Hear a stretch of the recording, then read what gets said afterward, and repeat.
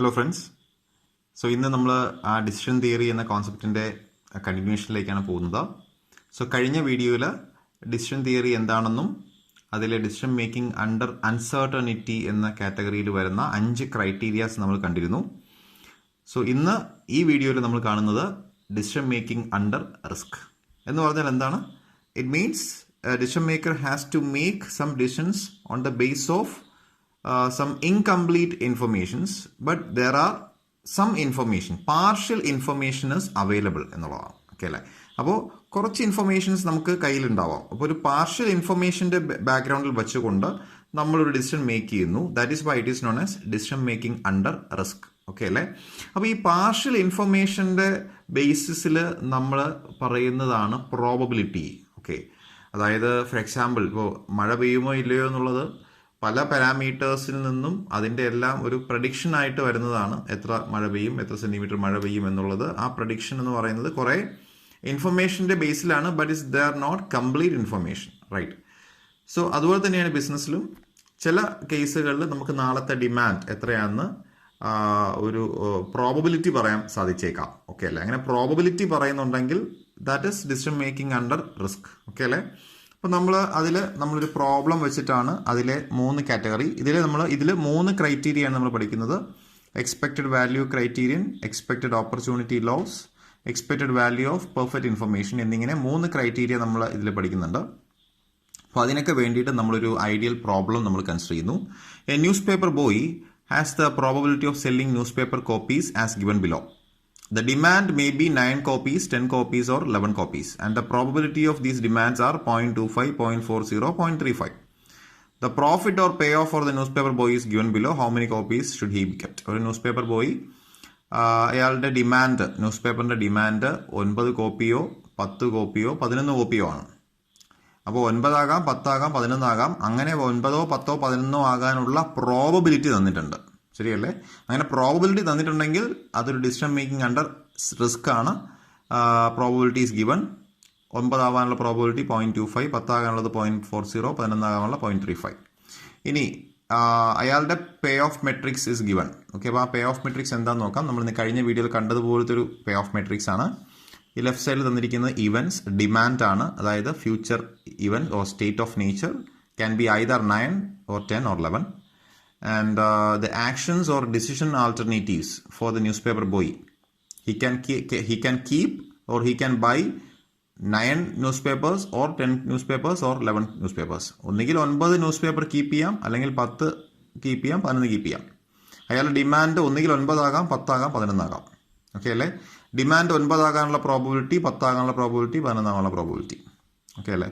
എന്താണ് ഈ 90 means 90 rupees. അയാൾ 9 ഡിമാൻഡ് ഉള്ളപ്പോൾ 9 ന്യൂസ് പേപ്പർ തന്നെ വാങ്ങി വെച്ചാൽ ആ 9 എണ്ണവും വിറ്റുപോകും. സോ അയാളുടെ പ്രോഫിറ്റ് 90 റുപ്പീസ്. 10 ന്യൂസ് പേപ്പർ കയ്യിലുണ്ട്, 9 വിറ്റ് പോയുള്ളൂ. ദാറ്റ് മീൻസ് ഒരെണ്ണം വിൽക്കാൻ സാധിച്ചില്ല, അത് അയാൾക്ക് വേസ്റ്റേജ് ആയി. അങ്ങനെ അയാളുടെ പ്രോഫിറ്റ് കുറഞ്ഞു. ദാറ്റ് ഈസ് 65 രൂപ. Then A3 that is 11 copy keep ചെയ്തു, 9 എണ്ണേ വിറ്റിട്ടുള്ളൂ, 2 എണ്ണം വേസ്റ്റ് വരുന്നു. That is 40. അതായത് ഒരു കോപ്പി വേസ്റ്റ് ആയാൽ 25 രൂപ നഷ്ടമാകുന്നു എന്നാണ് അർത്ഥം. ഓക്കെ അല്ലേ? ദെൻ ഇവിടെ അതുപോലെ 90 മീൻസ് ഡിമാൻഡ് 10 ഉണ്ട്, പക്ഷെ നമ്മുടെ ന്യൂസ് പേപ്പർ 9 ന്യൂസ് പേപ്പർ മാത്രമേ അയാളുടെ കയ്യിലുള്ളെങ്കിൽ 9 എണ്ണം വിറ്റ് പോവും, ഒരെണ്ണം ത്തിൻ്റെ ഷോർട്ടേജേ ഉള്ളൂ. ഓക്കെ അല്ലേ? മീൻസ് എക്സസ് ഒന്നുമില്ല, അതുകൊണ്ട് തന്നെ അയാൾക്ക് നഷ്ടമൊന്നുമില്ല എന്ന് നമുക്ക് അനുമാനിക്കാം. That is 90 rupees. ദെൻ ഇവിടെ 175. സോ ഇത് നമ്മൾ കഴിഞ്ഞ വീഡിയോയിൽ കണ്ട അതേപോലത്തെ ഒരു പേ ഓഫ് മെട്രിക്സ് ആണ്. So first criteria expected value criteria. Decision maker will select the alternative that yields the highest expected revenue or lowest expected cost. Okay അല്ലേ? അതായത് ഇവിടെ തന്നിരിക്കുന്നത് റവന്യൂ ആണെങ്കിൽ ഓർ പ്രോഫിറ്റ് ആണെങ്കിൽ ഹയസ്റ്റ് പ്രോഫിറ്റ് വരുന്നത് ഏത് ഡിസിഷനാണോ അത് ടേക്ക് ചെയ്യും. അല്ലെങ്കിൽ ലോവസ്റ്റ്, ഇതെല്ലാം കോസ്റ്റ് ആണെങ്കിൽ ലോവസ്റ്റ് കോസ്റ്റ് വരുന്നത് എവിടെയാണോ ആ ഡിസിഷൻ ആയിരിക്കും അയാൾ പ്രൊസീഡ് ചെയ്യുക. ഓക്കെ അല്ലേ? അപ്പോൾ നമുക്ക് നോക്കാം എങ്ങനെയാണ് എക്സ്പെക്റ്റഡ് വാല്യൂ കണ്ടുപിടിക്കുക. എക്സ്പെക്റ്റഡ് വാല്യൂ മീൻസ് പ്രോബബിലിറ്റി വെച്ചിട്ട് കണ്ടുപിടിക്കുന്നതാണ്. 9 ആകാനുള്ള പ്രോബബിലിറ്റി 0.25, ഇവിടെ 0.40, 0.35. First probability into first value plus second probability into second value plus third probability into third value. Okay അല്ലേ? So 0.25 90 plus 0.40 90 plus 0.35 90. അതാണ് expected value of first decision. Then similarly the expected value of second action or decision എന്ന് പറഞ്ഞാൽ എന്തായിരിക്കും 65 into 0.25 plus 100 into 0.40 plus 100 into 0.35. Similarly for A3, expected value 40 into 0.25 plus 75 into 0.4 plus 110 into 0.35. So ഞാൻ എഴുതി വെച്ചിട്ടുണ്ട്. Expected value first action that is equal to 90 rupees. ഇത് 90 ആണ്.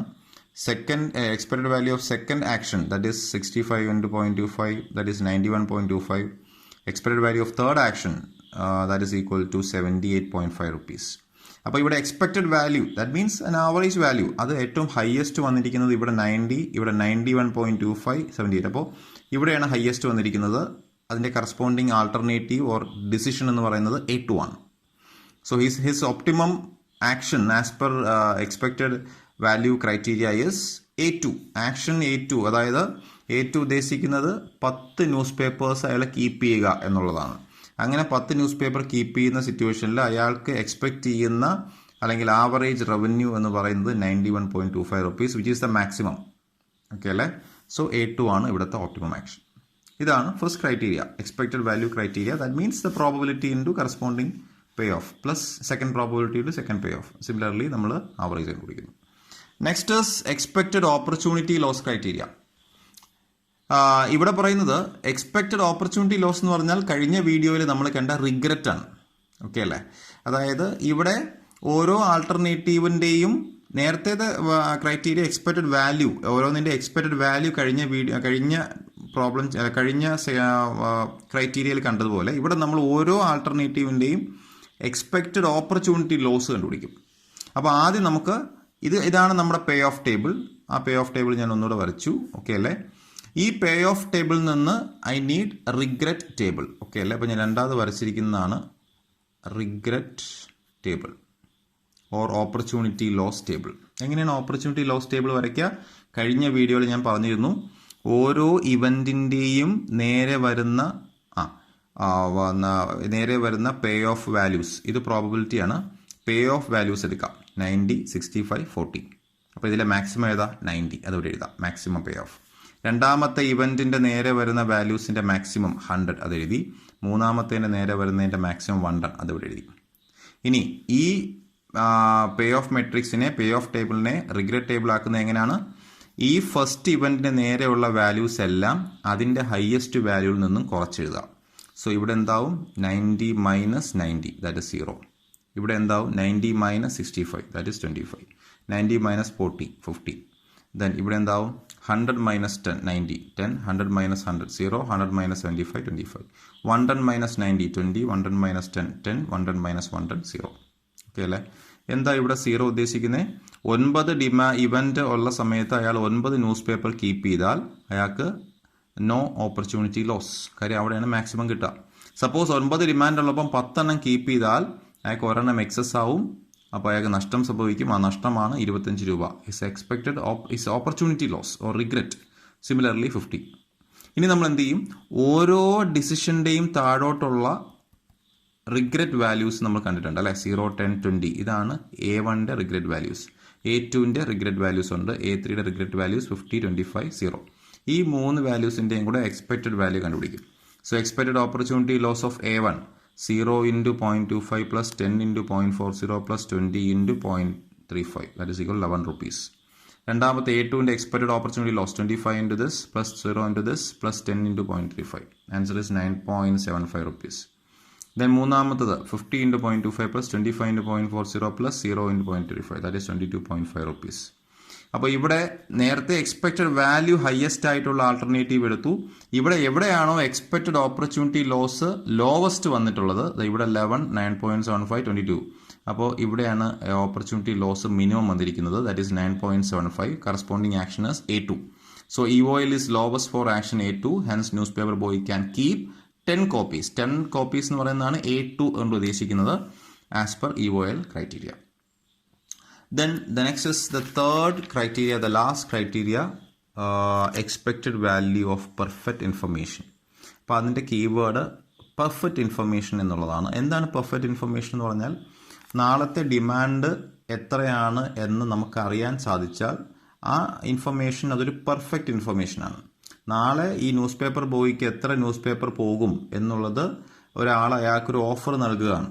Okay അല്ലേ? അപ്പോൾ വേറൊരാൾ, അപ്പോൾ വേറൊരു ഒരു ഒരു മാനേജ്മെൻറ്റ് എക്സ്പേർട്ടോ മാനേജ്മെൻറ്റ് ഗുരു അല്ലെങ്കിൽ എന്തെങ്കിലും ഒരു എക്സ്പേർട്ടായിട്ടുള്ള ഒരാൾ പറയുവാണ്, അയാളുടെ ന്യൂസ് പേപ്പർ ബോയോട് പറയുകയാണ്, നാളെ നിങ്ങളുടെ ന്യൂസ് പേപ്പർ എത്ര വിറ്റ് പോകുമെന്ന് എനിക്കറിയാം, ഓക്കെ എന്ന് അയാൾ പറയുകയാണെങ്കിൽ, so that information is very valid, very crucial for the newspaper boy.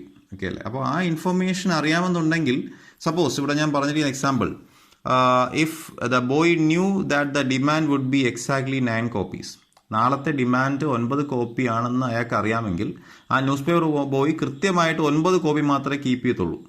കാരണം എന്താ, 10 കോപ്പി വെക്കേണ്ട ആവശ്യമില്ല. നാളെ 9 പ്രൊഡക്റ്റ് വിറ്റ് പോകുന്ന ഉറപ്പുണ്ടെങ്കിൽ അയാൾ എക്സാക്ട്ലി 9 എണ്ണം വാങ്ങി വെച്ചാൽ മതി. ഓക്കെ അല്ലേ? സോ അങ്ങനെ, അപ്പോൾ 10 കോപ്പിയാണ് നാളത്തെ ഡിമാൻഡ് എങ്കിൽ അയാൾ 10 എണ്ണം കീപ്പ് ചെയ്യും, 11 എണ്ണം കീപ്പ് ചെയ്യില്ല. കാര്യം എക്സാക്ട്ലി ആ സെയിം നമ്പർ ഓഫ് ഡിമാൻഡിന് എക്സാക്ട്ലി ഈക്വൽ ആയിട്ടുള്ള സാധനം മാത്രമേ അയാൾ കീപ്പ് ചെയ്യത്തുള്ളൂ, വേസ്റ്റേജ് ഒഴിവാക്കാനായിട്ട്. അതുപോലെ തന്നെ 11 കോപ്പി ആണെങ്കിൽ എക്സാക്ട്ലി 11 കോപ്പി ഉണ്ടാകത്തുള്ളൂ. അപ്പോൾ if somebody is offering that perfect information, then we have to calculate first expected payoff perfect information. അങ്ങനെ ഒരു പെർഫെക്റ്റ് ഇൻഫർമേഷൻ നമുക്ക് കിട്ടിയാൽ നമുക്ക് കിട്ടുന്ന എക്സ്പെക്റ്റഡ് പേ ഓഫ് എന്ന് പറഞ്ഞാൽ, ഇപ്പോൾ സപ്പോസ് ഒന്നാമത്തെ A1 ഈക്വൽ ടു 90, ഇവൻറ്റ് 90 ആകുമ്പോഴുള്ള പേ ഓഫ് പ്രോഫിറ്റ് 90 ആണ്. ഡിമാൻഡ് 10 ആകുമ്പോൾ ന്യൂസ് പേപ്പർ ബോയിയും 10 പ്രൊഡക്റ്റ് കീപ്പ് ചെയ്താൽ അയാളുടെ പ്രോഫിറ്റ് മാക്സിമം ആണ് 100. ദെൻ ഡിമാൻഡ് 11 ആകുമ്പോൾ ന്യൂസ് പേപ്പർ ബോയിയും 11 തന്നെ കീപ്പ് ചെയ്താൽ പേ ഓഫ് ഈസ് 110. ഓക്കെ അല്ലേ? അപ്പോൾ ഡിമാൻഡ് എത്രയാണെന്ന് അയാൾക്ക് അറിയാൻ സാധിച്ചാൽ അത്രയും നമ്പർ ഓഫ് പ്രൊഡക്ട്സ് മാത്രമേ അയാൾ കീപ്പ് ചെയ്യത്തുള്ളൂ. ഓക്കെ അല്ലേ? അപ്പോൾ അങ്ങനെയാണെങ്കിൽ ഇവിടുത്തെ പെർഫെക്റ്റ് ഇൻഫർമേഷൻ കിട്ടുന്ന ബെനഫിറ്റ് ഒന്നുകിൽ 90 ആകാം, അല്ലെങ്കിൽ 100 ആകാം, അല്ലെങ്കിൽ 110 ആകാം. ഈ മൂന്നിൻ്റെയും കൂടെ ഒരു ആവറേജ് കാണുകയാണ്. എങ്ങനെ കാണും? 90 × 0.25 പ്ലസ് 100 × 0.40 പ്ലസ് 110 × 0.35. ഓക്കെ അല്ലേ? That is known as expected payoff perfect information, EPPI. That is 90 × 0.25 plus 100 × 0.40 plus 110 × 0.35. That is equal to 101 rupees. Then കഴിഞ്ഞ പേജിൽ നമ്മൾ കണ്ടു ഹയസ്റ്റ് എക്സ്പെക്റ്റഡ് വാല്യൂ എത്ര വന്നത് നമ്മൾ കണ്ടു. എക്സ്പെക്റ്റഡ് വാല്യൂ ഹയസ്റ്റ് വന്നിരിക്കുന്നത് 91.25 rupees. A2 എന്ന് പറയുന്ന ആക്ഷനാണ് എക്സ്പെക്റ്റഡ് വാല്യൂ ഹയസ്റ്റ് വന്നിരിക്കുന്നത്. So highest expected value is 91.25. ഒരു പെർഫെക്റ്റ് ഇൻഫർമേഷനും നമുക്ക് അറിയേണ്ട ആവശ്യമില്ല. നമ്മുടെ പേ ഓഫ് എക്സ്പെക്റ്റഡ് വാല്യൂ നമുക്ക് നമ്മുടെ പ്രോബബിലിറ്റി ഫോമുല വെച്ച് കണ്ടുപിടിച്ച വാല്യൂ ആണ് 91.25 rupees. ഈ EPPI എന്ന് പറയുന്ന വാല്യൂവിൻ്റെയും ഹയസ്റ്റ് എക്സ്പെക്റ്റഡ് വാല്യൂ വരുന്നതിൻ്റെയും കൂടെ ഡിഫറൻസിനെ പറയുന്ന പേരാണ് expected value of perfect information. So what is EPPI? അതൊരു സ്ഥിരം ക്വസ്റ്റ്യൻ ആണ്.